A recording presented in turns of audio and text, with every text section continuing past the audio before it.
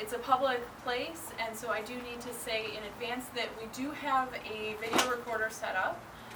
If any of you have any concerns about your face or anything like that being on videotape in the library, please come see me afterwards. We will either get you out of the videotape or start deleting parts. So anyone on America's Most Wanted, let me know. And I'm not saying that because I turned you in for a reward. Not at all. So of course today I get the pleasure of introducing Mr. Ed Weisman. In the spring of 1951, oh, you're looking at me. No? Do I have the dates wrong? That's all right. All right. In the spring of 1951, he purchased the Udina Triangle. No, Stark's Triangle. I beg your pardon, Stark's Triangle. Yes. And in 1978, you then sold the Stark's Triangle to Mr. Duhigh in here. But before that, you had the Udina Stark's Corners and Udina Triangle. Before that, you had the Udina Triangle, which was at the Graveyard Bend at the final Elgin Road race. And so I think you're going to share that with us today. Okay. Hey, thank you, Kelly. Well, first I want to thank everybody for showing up today. Kelly's been very instrumental in working with me on this. She took pictures of all my artifacts and put them on the computer. And that's what you will be seeing now. And also some of these items over here from the Stark's Triangle. The first part of my program will be the Elgin Road race as I saw it, being there. And the other part will be the Udina Triangle, where I spent 10 years living in that building from 1933 to 1943. Okay. We start off, you see what we've got on the first picture there. Okay, here we go. All right. This is what they call the graveyard turn because the cemetery is immediately west of this corner. Those fellows sitting on the garage roof there were good friends of my father. That's why they're sitting there. We knew in advance when this was going to be, and no one would be able to be in the buildings at the time of the race. They piled straw bales in front of the gas pumps and also in front of the garage. My dad made up a stand and had it over by the cemetery. My mother brought out her Coleman two-burner gasoline stove, and she fried hamburgers out there and made up some sandwiches, ham and cheese sandwiches that they sold. We had a couple of wash tubs full of beer and pop, and a big chunk of ice in the middle of them. My job was to go, whenever we needed the supplies, I have to go around and go in the back door where you see those cars parked there. This car that's on the curb right now, this is really a coincidence. It's number 10 car. And I'll show you a picture of that later on. That's the car that won the race. So how that could happen is just it's unbelievable. But when we were there, I heard this airplane going over the top, and I thought maybe just some people observing it from the airplane. But I later found out the fellow came around and sold my dad postcards of that. And my mother was a great saver of things. So she saved one of those postcards, and that's what this picture came off of. Without that, I wouldn't have any record of it. And she also had some of this memorabilia that I have on the table here, these programs. There's a fellow walking around selling a little cardboard shaped like a Elgin watch. You put it around your neck with a string, and that was you paid them $1 for that. That's how they collected their money on these corners. But at the starting point, there's a grandstand there, and they charge for sitting on the grandstand and so forth. But I had nothing to do with that part. Okay.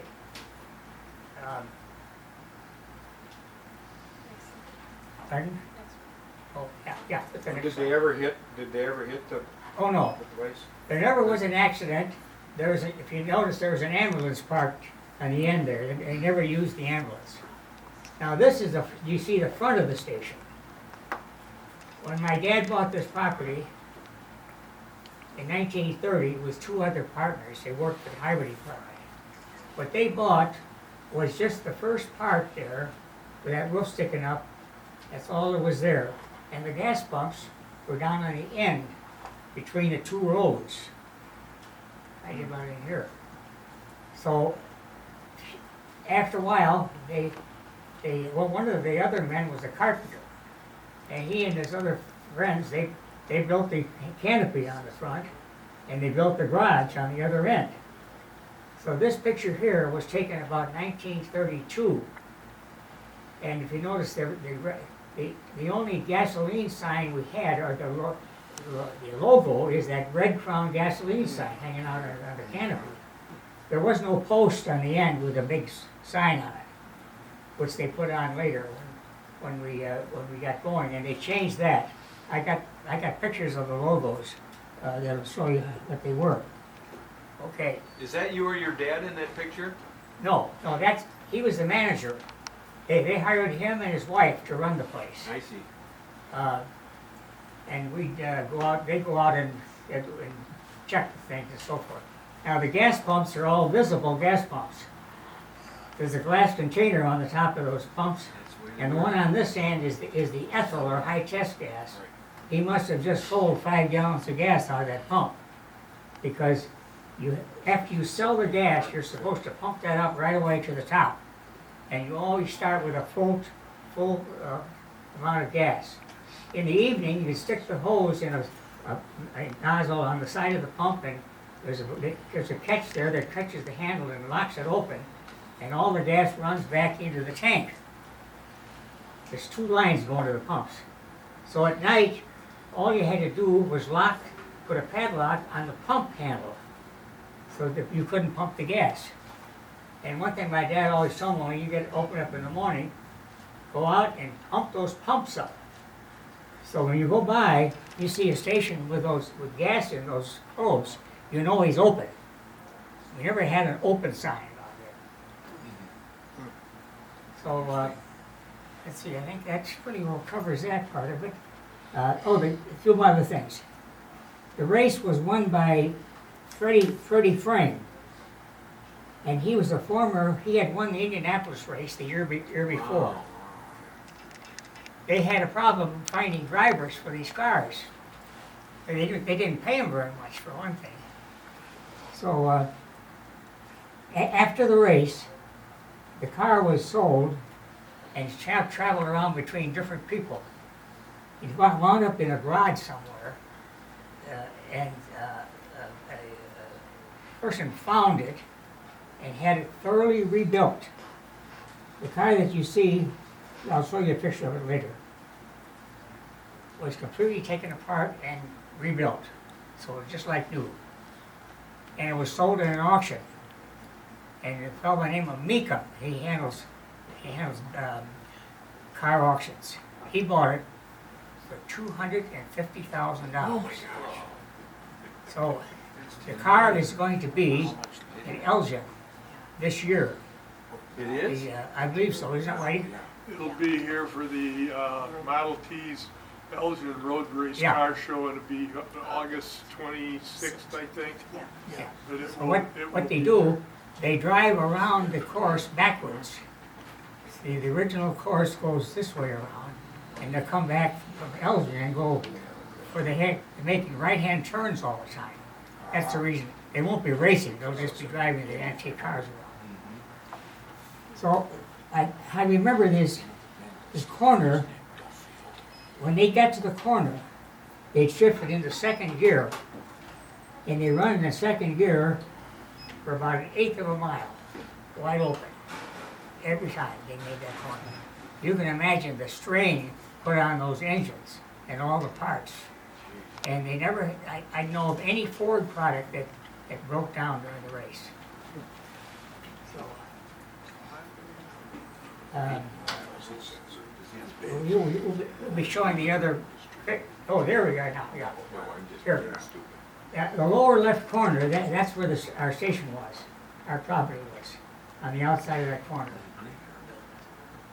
That one up on the top was called a hairpin turn because it was so less than 90 degrees, but they made a little shortcut in it, you can see, for the race. Going east a little ways by Huber's gravel pit, there was quite a hump in the road. When they put that blacktop in, they didn't level it off. They just put it right over the hills, and the cars would go over that. All four wheels would be off the ground because they had to drive between 90 and 100 miles an hour on the straightaway to average out at 80 miles an hour. You can imagine taking these corners. They couldn't take them very fast because they were just almost 90-degree curves. So when you think about it, that's quite a speed to have and still make it work. Okay, let's see what else. I think. You got any questions so far on that?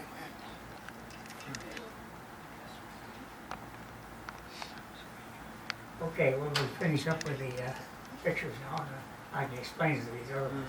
Oh, there's the number 10 again. But that was taken, I think, at a different time, because on the picture, we have the big picture, that 10 car is back there. But now that's, oh, there you go, right here, see? And you record 80.2 miles an hour. So you see the people were standing all around, you know, and nobody ever got hurt. They just Miracle. it was just a miracle, you know. The wheels could have come off the cars. And by the way, all these cars were stock cars. It was called the first stock car race in the country. It was cars that they would buy could be bought from a dealership. They weren't special cars just made for the race. They had no fenders, they had no bumpers, they had no headlights, and had no windshields. All those things added to the weight of the car, to keep the weight down. So it was really a good test. There was a Dodge, a Plymouth, and 2 Chevys in the race. And the rest of them were all V8 Fords. So, Was the 10 car a Ford? what? Was that a Ford? Oh, yes, yeah, that was the winner. After the race, they took this car and traveled all around the country. All the Ford dealers, they had that on display for a day or so, you know. And that was the best promotion that Oh, Ford sure. Motor Company could ever have. Absolutely. You didn't have to tell anybody how good the car was. They could see it, so. Okay. I think that pretty well covers, I'm sure I've got to left something out, but that covers about 99% of it. Okay, When was the first race then? first race, oh, that was in 1910. Wow. And there were 8 racers before this one. And there was quite a gap between the last race and this one. Until there's businessmen in Elgin. It's all on this brochure here. The people that were they were endorsed by and so forth. And it was very, very well organized. I don't think they made much money on the deal because they didn't collect much on the corners at all. There's any of the grandstand seat where they had they could charge for people. Okay, I'll go over to this table here.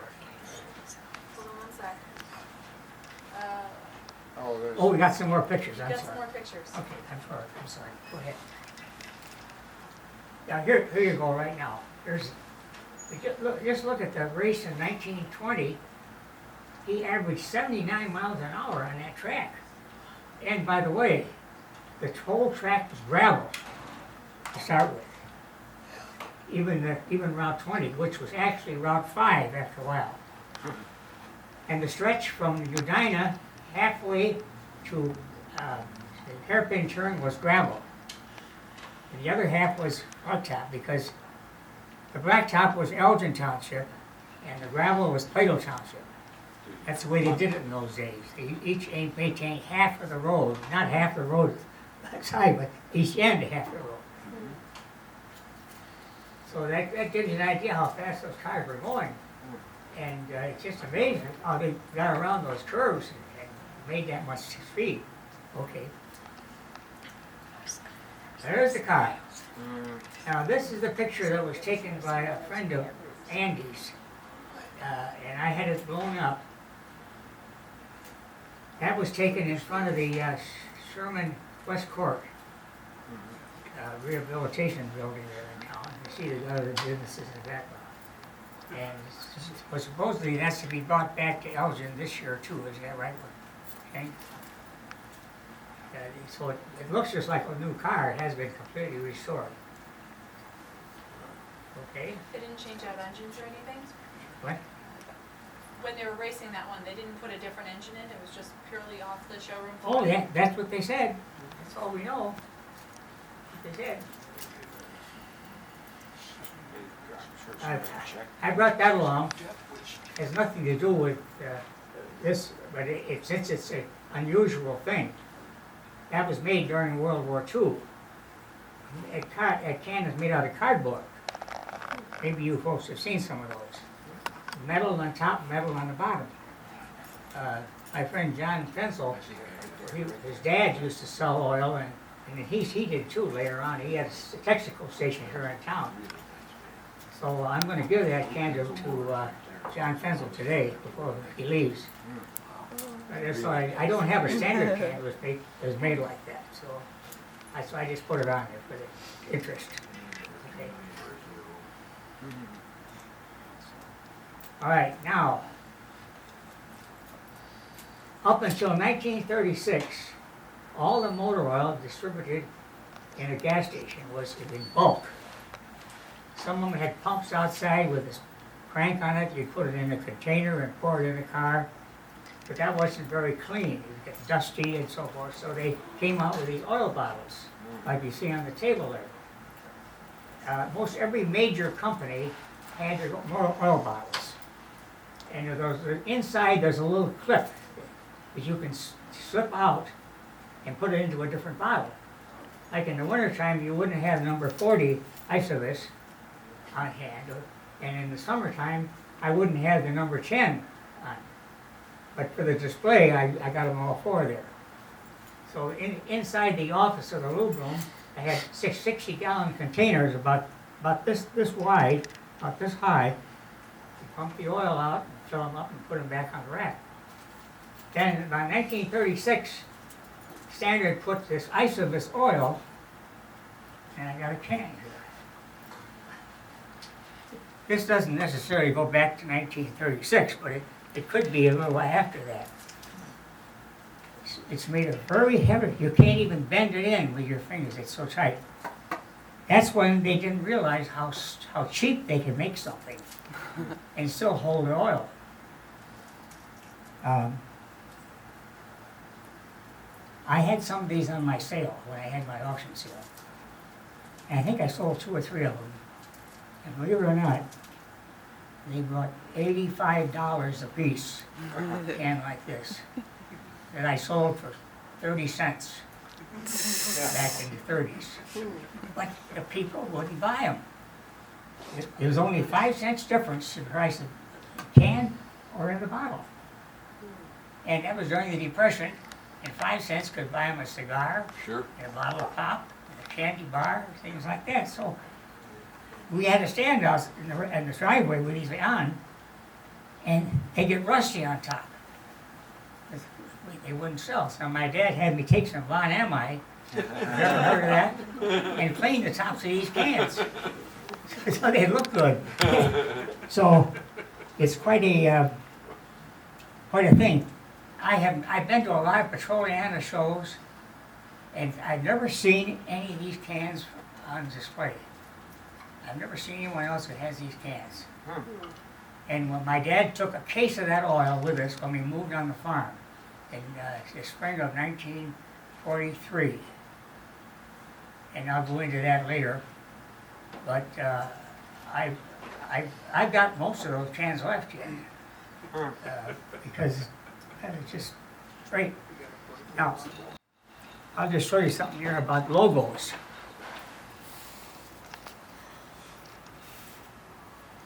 When we started in business, when we moved on into this station, on the top of the canopy, there was a little sign that says Red Crown Gasoline.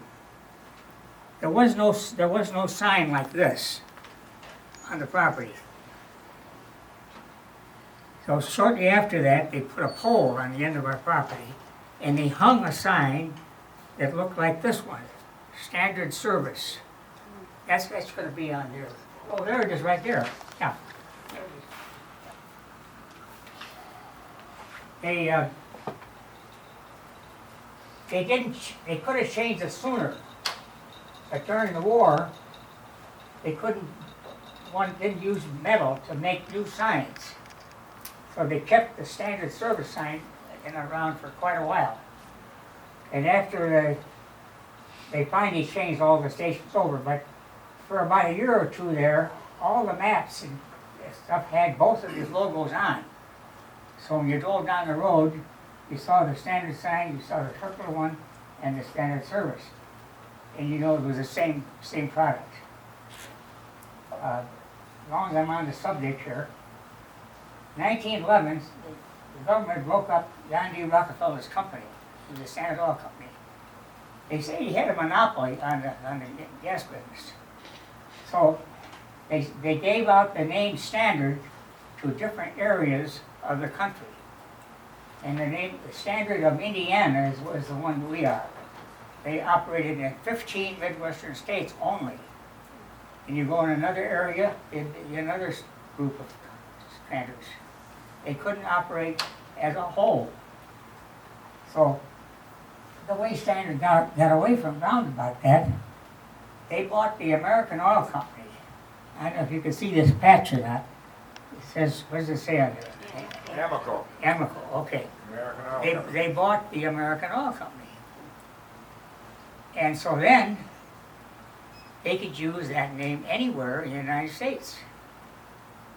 It still operate, it would be basically Standard Oil, but it wouldn't be called that anymore. So you may have wondered how that works. The Amoco Company was on the East Coast. We used to go to Florida every year for many years. We stayed in the trailer park there. In the front of the trailer park, there was a Standard Oil station.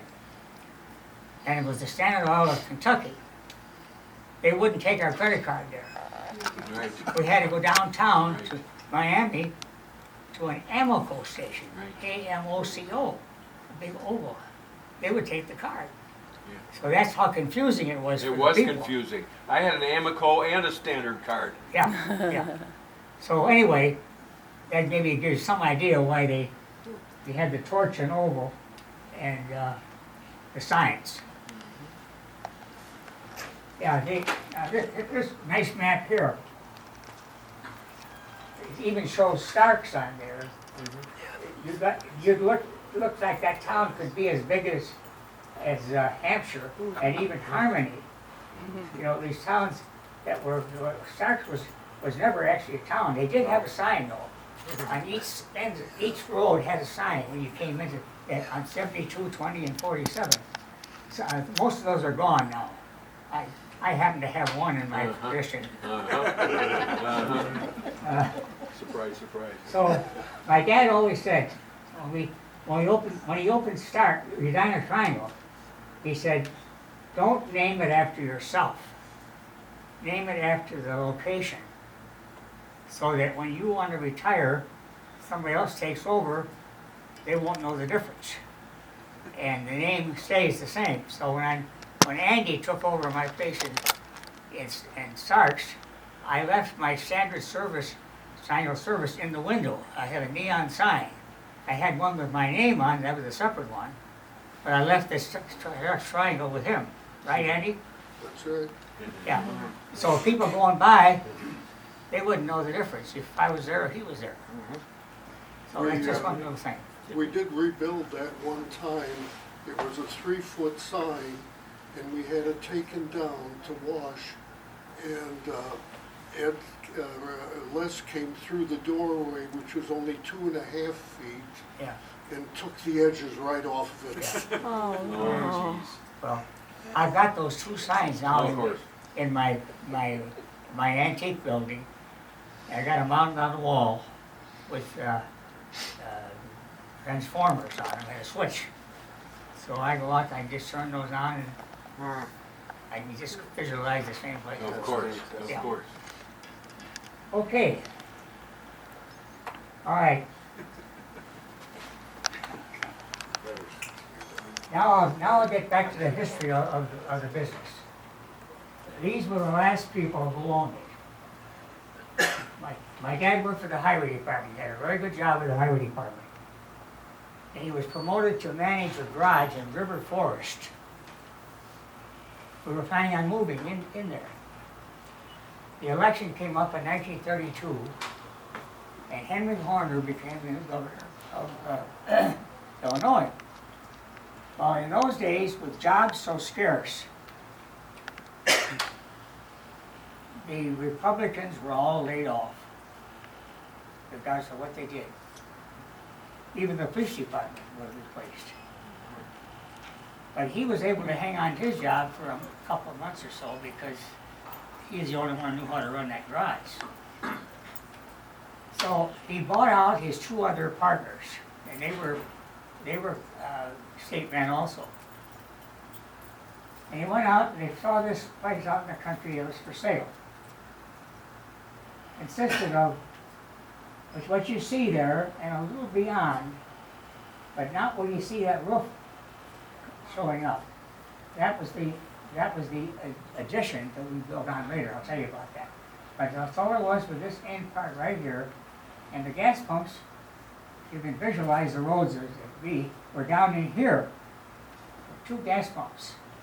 So you could service Route 20, or you could service the Plato Center Road, we called it in those days, the concrete road that went to Plato Center for 3 miles and ended there.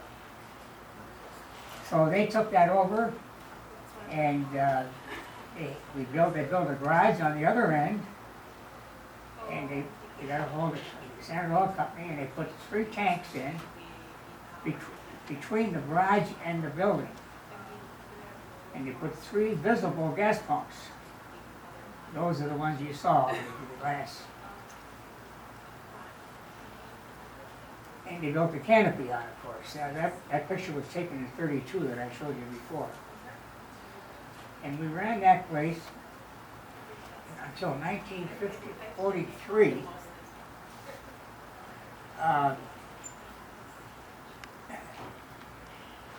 My dad was 42 years old. And the draft board, he had to go to the draft board. And they say, if you don't get into some defense work, you're going to be in the Army. He had 2 kids and was married. 42 years old, they were going to draft him in the Army. So he went west and Pingree Grove a mile and bought a farm, 80-acre farm. So that was in '42. So in '53, he found a buyer who had running a little tavern in Burlington. His name was Bill Miles and his wife. He was kind of semi-retired. So he rented this place to him, I think, for about $75 a month. Well, Bill Miles took over. He had a friend he worked for him. He kind of took care of the gas pumps for a while. And we moved out there to the farm. And we lived in a house trailer for about 6 months because the house on the farm was not inhabitable. The lady owned the farm was Mrs. Ram, and she lived in a room in the hayloft on the farm. It was better than living in the house. Anyway. Oh yes, I got a lot of history like stuff. So then, let's see, this went along for a while, and then he died. And some fellow from Chicago came out and he bought the place. Oh, in the meantime, before that, this property was never owned by my dad to start with. It was owned by Mildred Lathrop, who was the librarian in the Gail Borden Library in Eldon. But her father had owned this property. So we paid her $25 a month rent for the land, quite a bit of land. So, to finalize it, he finally asked her if he could buy it. Well, one reason she wanted to sell it too was they had to call the dram shop law. I don't know if you know what that is, but if you go out and you drive with your car and you are intoxicated and you killed somebody or whatever you do, they can go back and sue the tavern that sold you the drinks. So she was afraid about that. So my dad bought it. I don't know what he paid her for it, but he didn't pay too much for it. So then, when this man from Chicago had it for a while, and he didn't last too long. So then my mother thought that she was thinking the same way. My father had died in 52, by the way, 1952, a year after I opened my station. So I had a lot of responsibilities thrown on me in a short time. She owned the farm, she owned the station, and then she owned the property out at Starks. So anyway,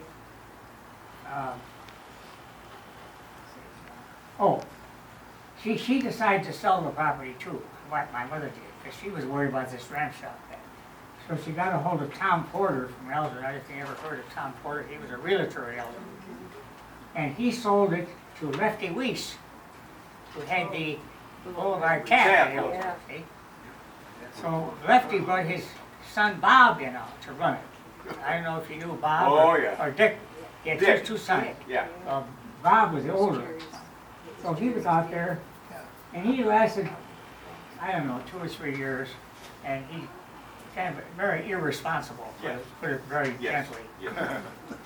So that's when Edison bought it. And 1960, that must have been the day, I don't even remember what the date was, but he put it on 1960, that must have been when he bought it. And he was the best one we ever had in there, but and I'd open the station up at 5 o'clock, pump up the pumps, and I'd work it for about half the day.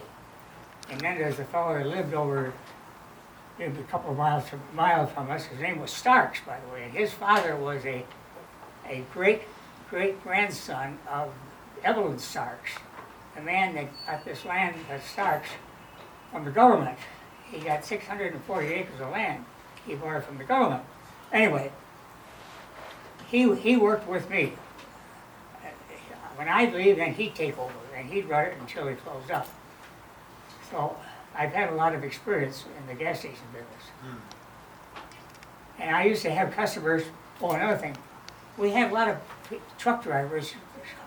They were small-time truckers. They held a 1.5 or 2 ton straight job truck with a cattle bed on it. And they'd pick up cars and cows and pigs or whatever they picked up from farmers in the afternoon and evening. They'd come down to Edina, they'd have supper there, and then they'd go into the stockyards. So I had a chance to drive these big trucks, I thought that was great, parking them off to one side. And they all had a charge accounts with us. My dad had a charge book for each person. So when they came back from Chicago, they went under the canopy. There's about a 100-watt bulb in it, with a switch that went up to his bedroom. Right next to the light, he had a little button. That rang a